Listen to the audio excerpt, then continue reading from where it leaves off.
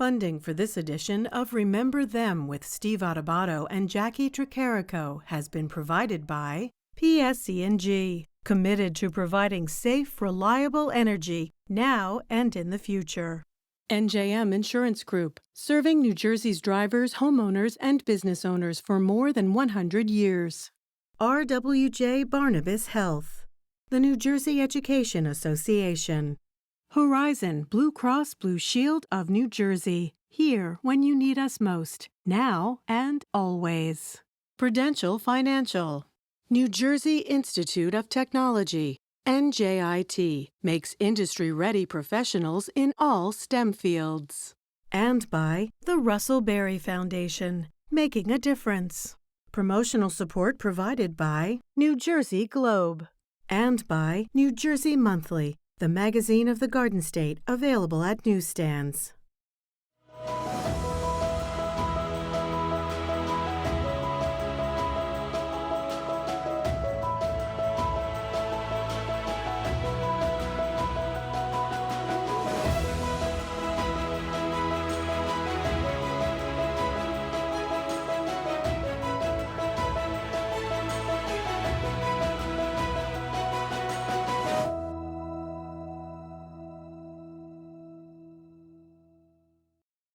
Welcome to Remember Them, a series where we look at people who have been connected to New Jersey, either born here, came through here, but have had an impact on the state, the region, the nation, the world.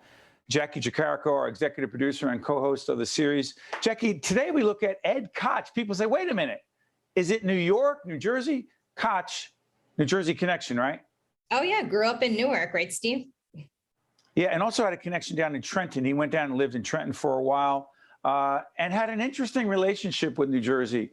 And what we're about to see is an interview we did in 1993. I can't say we, because Jacqui, were you born? Okay, I think you were born. Yes, I was born. I don't think I was watching, but I was born. I was very early on in my broadcast career. You will see the difference in so many ways, mostly because Ed Koch, and I was really honored to sit down with him in his New York law office. We talked about race. We talked about his time as mayor. We talked about, hey, Jacqui, Trump. I know. I have to quote this. We'll see it during the interview, but I have to quote this. Let's not ruin it. We got to quote it. Listen, he says, you say to him. This is 1993. This is, I know. Go ahead. What do I ask him? So he says about Trump, I don't like him personally. And you say, would he make a good politician? And he says, I don't think so, because you see through him pretty quickly. Just to hear that when I was rewatching this interview, I was like, whoa. People could decide for themselves. Right. And this is after he's retired in this interview as well. So he talks a little bit about that as well, and what retirement looked like for him. Yeah. So again, Ed Koch, born and raised in Newark, New Jersey, then a Trenton connection, became the mayor of what many people consider to be the greatest city in the world. Even though I'm a Newark native, New York there's only one New York. There's only one Ed Koch, and that's why we remember him as part of Remember Them. This is, in fact, Ed Koch from his New York office, 1993. That's 29 years ago as we taped this program. His legacy, not just in New York, not just in this region, but in the nation and the world, will live on. He used to ask all the time in parades, Jacqui, how am I doing? Well, in this interview, he does pretty well. Ed Koch.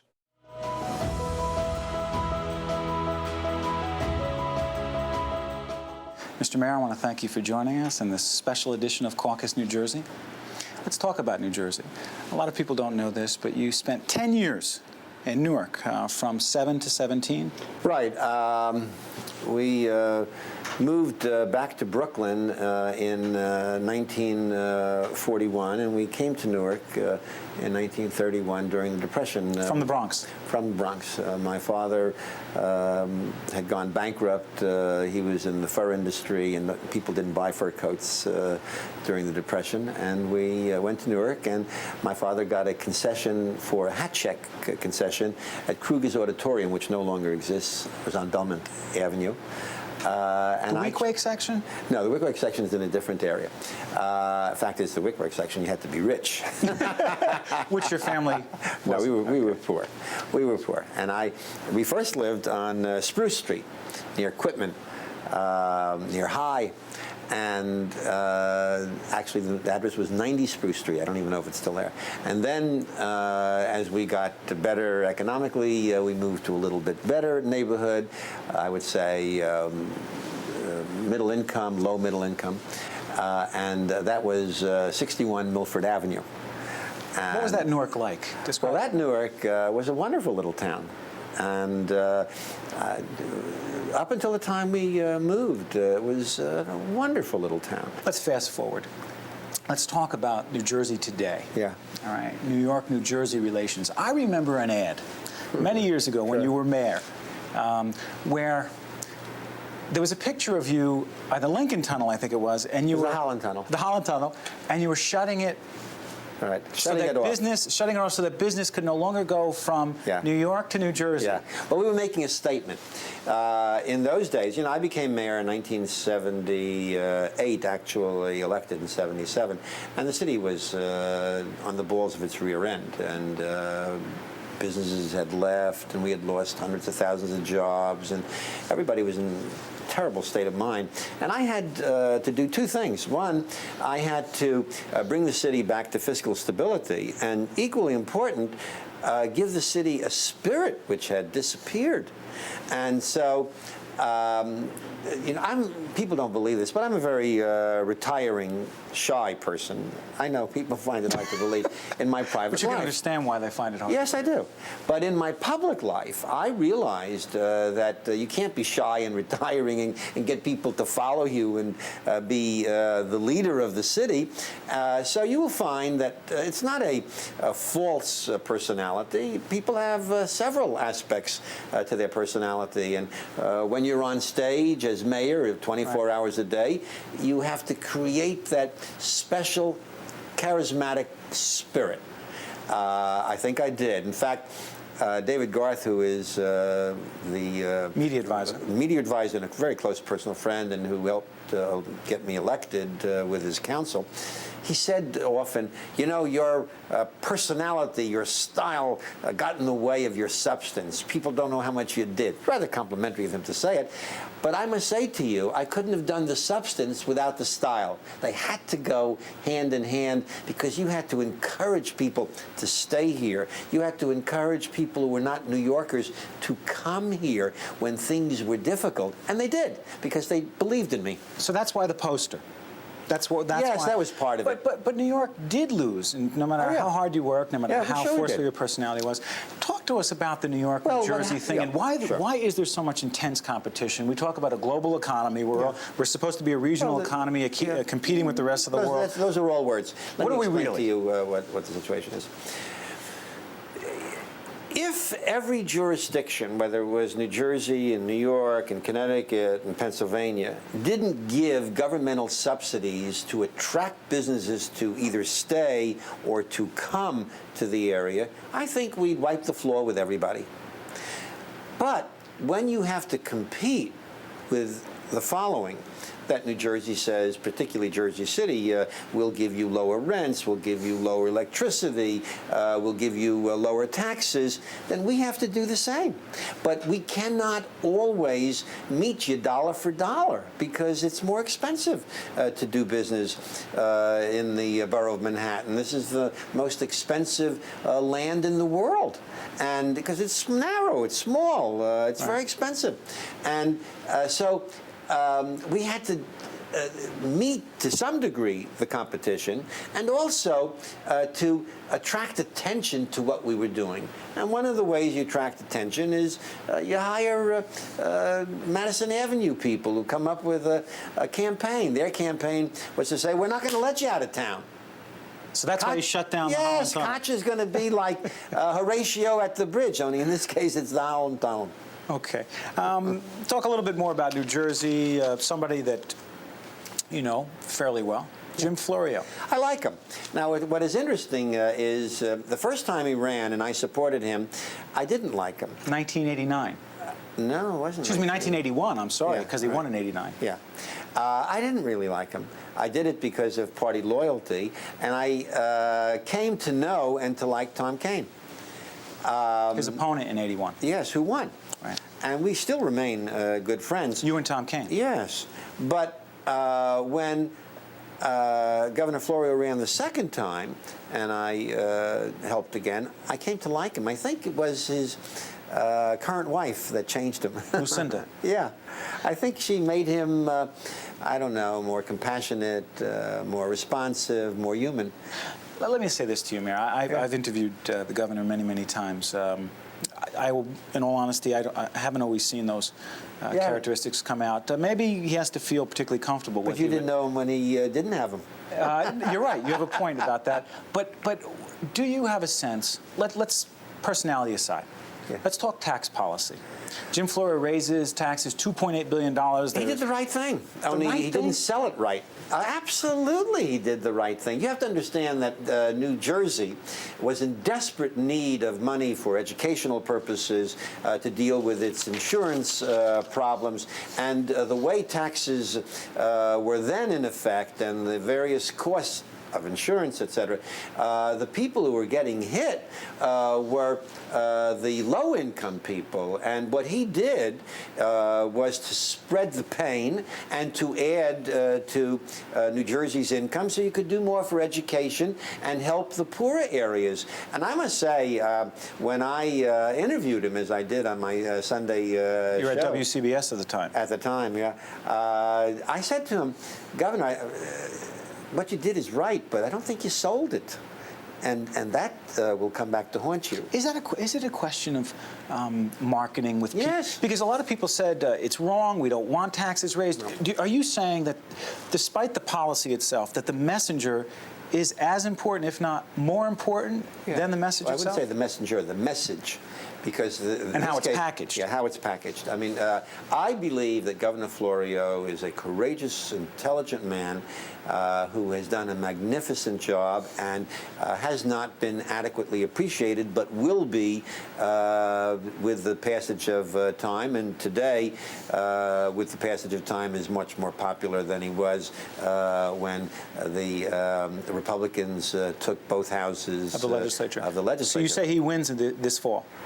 Well, I mean, I don't know New Jersey well enough to say that, but I certainly hope he does and believe he should. Go back for a second. Quick comment on Tom Kean. You said was a good friend. Oh, yeah. What do you like about him? Well, he has a marvelous personality. He's a really warm guy who I think rarely made an enemy. I mean, even the people who didn't agree with him politically, Democrats, a lot of them, liked him. And there are people, this is genetic. This is, I mean, personality and character, I think, are mostly genetic. The impact of the people around you has something to do with it. So even though there was a lot of competition between New York and New Jersey for jobs, which we teams were the whole bit, always very close friends. And despite all that. Yes. A couple of other names, because that's what happens on your radio show on WABC. People call you up, they want your opinion on things. Well, we want your opinion on some people that are in New Jersey or connected to New Jersey. Donald Trump seems like he's making a comeback. Big in Atlantic City. He probably is me. He's a brash braggart who I don't personally like, and he doesn't like me. Overrated? Well, it depends on what you mean by as a businessman. That. He was a good developer. He built structures that architecturally were quite terrific. I just don't like him personally. The fact is, I don't know anybody who likes him personally. Would he make a good politician? Oh, I don't think so, because you see through him very quickly. Okay. You know how he was summed up by the deputy mayor on economic development? She's in my administration. She said, "I wouldn't believe Donald Trump if his tongue was notarized." I'm not supposed to laugh at this stuff. Bill Bradley. Well, I like Bill Bradley, and obviously he's one of those heroic figures, great athlete, and also a great scholar. And he has great courage, too. He did two things that I think stand out that people don't really appreciate. One was he voted correctly in support of the Contras when the Democratic radicals, and I'm a Democrat, but the people who were running our party for a long period of time were the radicals in our party rather than the vast majority of moderate mainstream Democrats. When the radicals were supporting Ortega and were against the Contras in Nicaragua, Bradley stood up to them and supported the Contras. The second thing he did was to talk about black violence. And that, you know, is not politically correct. And he stood up on the Senate floor, and his famous line, as I recall it, was, "And nobody says stop." He went through a whole host of things where it wasn't an attack upon the black community. It was an attack upon a portion of that community, and every community, white, Asian, Hispanic. We all have predators. But regrettably, because of the breakdown in the black family structure, which people are once again talking about, you have a disproportionate number of people in the black community who are committing crimes of violence. I mean, the number is actually... Excuse me, you said recently, you said it was a statistic that you cited. You said 45% of the violent crime is committed by 6% of the population, black males. That's correct. Those are figures that come from the federal government. Someone might say, Mr. Mayor, that those comments are inflammatory. I don't understand that. You know, when people say that to me, I say, you mean you're not allowed to talk about the truth? You know, when they, the people who suffer from those criminals are overwhelmingly black victims. Overwhelmingly, it is the black community that is victimized by a small group of predators in the black community. So why is it that so many blacks seem to resent so much when a white politician or a white ex-politician speaks about the number of crimes committed by black males? That is why Bill Bradley was so courageous. He had no fear, and he stood up and he talked about it. He's the exception. Well, I like to think I'm one of the exceptions, in the Senate, too. Though. Okay. But in the Senate, among... Yes. Oh, yes. For example, Pat Moynihan, 30 years ago, with Nathan Glazer, talked about the breakdown in the black family.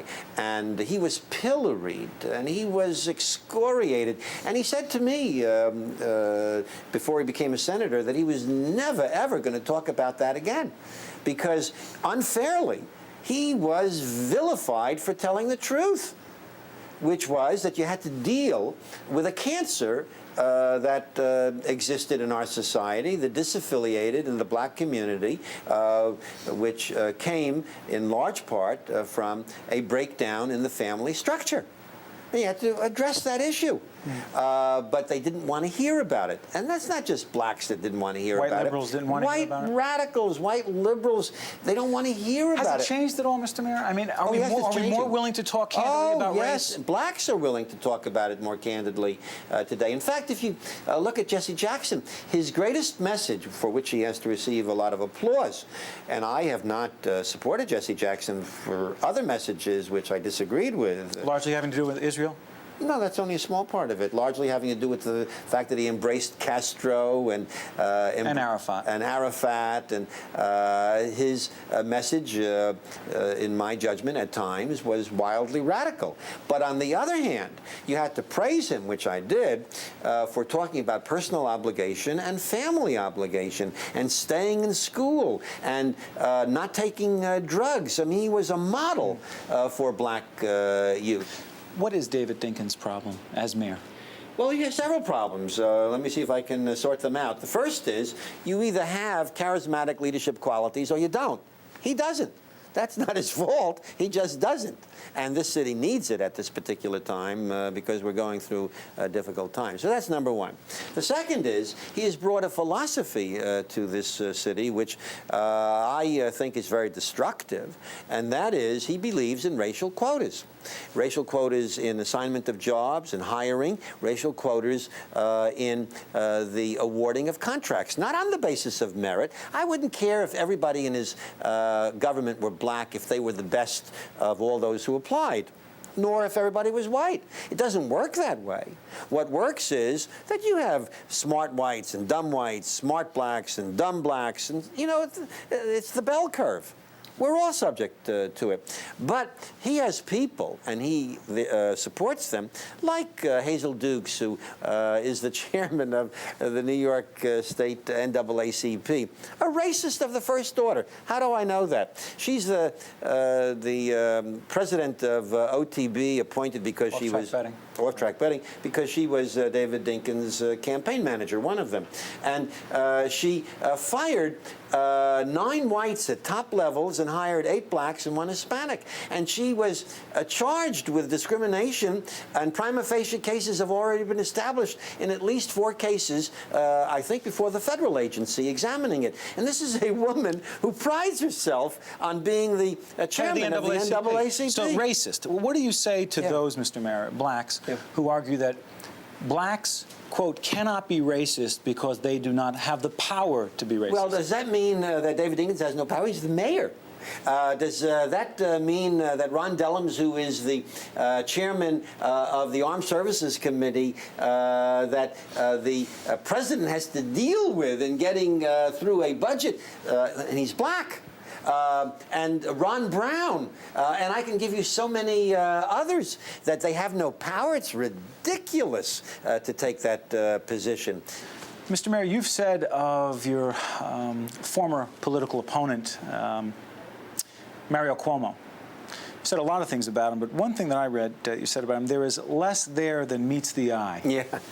Well, you know, I regret saying that? No, I don't regret anything I've said. Sometimes I say I know I have to pay for it, but I don't regret saying it, no. Life's too short to regret telling the truth. This is my feeling about Mario Cuomo. He's a very gifted man.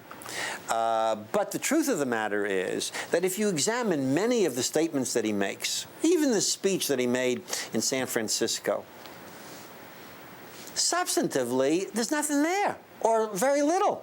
But it is beautifully executed. I mean, what I have said on occasion is Mario Cuomo is the only person I know who can take any 5 English words and turn it into a Japanese haiku. Inexplicable and signifying nothing. Now, that doesn't mean he doesn't say many good things, and he's a wonderful speaker, and I think he's been a good governor. But overrated? I wouldn't say he's overrated. I would say people overrate the him. Speeches. Okay. The speeches are given much too much applause because people don't analyze what they mean. One more question on Cuomo. I remember a campaign. I was very young, on the other side of the river, but watching it on New York television. A heated battle between you and Mario Cuomo. Very famous or infamous slogan that came out of the Cuomo campaign, vicious comment, and it was, if I remember correctly, vote for Cuomo, not the homo. Yeah, that's exactly what he did. Now, I won't tell you that the governor originated that campaign, but his campaign managers did, and I never forgave him for it, and I said that publicly, because he did it. Oh, yeah, sure. He did it twice. He did it in '77. His campaign did it, and again when we ran against one another in 1982 for governor, one of his mayor, second time for governor. One of his people upstate did exactly the same thing, and then he rewarded one of his campaign managers who was disbarred here in the city of New York for unethical action for a certain period of time. I think it's 5 years, and he gave him a job. And I have always said, probably that is the worst thing that he has ever done in his whole life. Ed Koch, you've spent 25 years in public life, public service, and many more, obviously, being out in the public, but as a private citizen. I'm sure you've been asked this before, but how would you like to be remembered 20, 30 years down the line? Well, I loved being the mayor of the city of New York, but I have no regrets that I'm no longer mayor, and I have no regrets that I lost. The people did me a favor in a way. They extended my life. I'm enjoying my life every day of it. You're healthier. Oh, yes. I go to the gym every day, 5 days a week. I have a personal trainer. I look like a Greek god. I lost 40 pounds. I kept off and you made 30 money. of them. You made money yes, losing weight. I did. You're the ultimate capitalist. Yes. Well, I am a capitalist and successful at it, too. But I love this country, and I love this city, and I think I gave something to this city, and I hope I'll be remembered not primarily for bringing fiscal stability to the city, which I did. Brought it its first balanced budget in 15 years, and then had 10 balanced budgets before I turned it over to Mayor David Dinkins. But I prefer to be remembered as someone who stood up and defended New York City and gave it back its sense of pride without arrogance and made people feel better about themselves. To see more Remember Them programs, visit us online at steveadubato.org. If you would like to express an opinion, email us at info@caucusnj.org. Find us on Facebook at facebook.com/Steve Adubato, PhD. And follow us on Twitter at Steve Adubato. So there he is, the incomparable Ed Koch from 1993 in New York City. This is one of my favorite books. This is Koch's autobiography. And you know, and Jacqui, in this book, Ed Koch, as part of our Remember Them series, he talks a lot about his campaigns against Mario Cuomo. And I've often said this in 2002 at the New Jersey Performing Arts Center, the interview I did with an entire hour with Mario Cuomo, and all the years I've been a broadcaster, is the most memorable, the most significant, most powerful, other than my good friend Eric LeGrand from Rutgers University. It's a whole nother story. But those two interviews stick out in my mind. But Cuomo and Koch had a terrible relationship, especially when they were political opponents, Jacqui. Yeah. And, he talked about it in the interview, but the whole ad campaign, vote for Cuomo, not the homo. I mean, that to hear him say that out loud and to hear that part of his history with Mario Cuomo is so jarring. And I can't imagine something like that happening today. I mean, it just wouldn't happen today. So hearing about that part of his political career was really jarring and I think important to hear. Well, put this in perspective. The campaign manager for Mario Cuomo running against Ed Koch, I believe it was for governor, could have been for mayor, but I think it was for governor, was Andrew Cuomo, a very young Andrew Cuomo. It is said that it was, in fact, Andrew Cuomo convincing his dad, the candidate, that vote for Cuomo, not the homo, to quote the ad campaign. It was a commercial spot. It was Koch talks about it. It was vicious. It was personal. It was a different time in our nation, our world. People, you would never get away with that. You shouldn't have been able to get away with it then. Right. And what's even more mind blowing is it wasn't the first time he heard that slogan come out of their office. And he talked about that in the interview. So it wasn't even the first time, which is unbelievable that happened once and even twice. Yeah. So again, we remember Ed Koch, connected to Newark, New Jersey, born and raised, but across the river in New York, became America's mayor, if you will, of New York City. So for Jacqui Tricarico and the entire Remember Them team, I want to thank you for being with us. We're going to be looking at a whole range of other people: James Gandolfini, Whitney Houston, Larry Doby, Yogi Berra. The list goes on. Woodrow, two presidents. Jacqui, Woodrow Wilson is one. Who's the other one from New Jersey? Remember them? I don't know. You tell me. Grover Cleveland, Caldwell, New Jersey. I'm just saying, remember them. They're worth remembering. And this one was Ed Koch. For Jacqui, myself, the entire team, thank you for being with us for Remember Them. Just remember us. See you next time. To watch more Remember Them with Steve Adubato and Jacqui Tricarico, find us online and follow us on social media. Remember Them with Steve Adubato and Jacqui Tricarico has been a production of the Caucus Educational Corporation. Funding has been provided by PSE&G, NJM Insurance Group, RWJ Barnabas Health, the New Jersey Education Association, Horizon Blue Cross Blue Shield of New Jersey, Prudential Financial, New Jersey Institute of Technology, and by the Russell Berry Foundation. Promotional support provided by New Jersey Globe, and by New Jersey Monthly. I'm very grateful that I'm still here. That's me and my donor when we went to celebrate our first anniversary. With a new kidney, I have strength. They gave me a new lease on life. I'm still going everywhere and exploring new places. Nobody thought I was going to be here. Nobody. And I look forward to getting older with my wife. That's possible now. We're transforming lives through innovative kidney treatments, living donor programs, and world-renowned care at 2 of New Jersey's premier hospitals. They gave me my normal life back. It's a blessing. RWJ Barnabas Health. Let's be healthy together.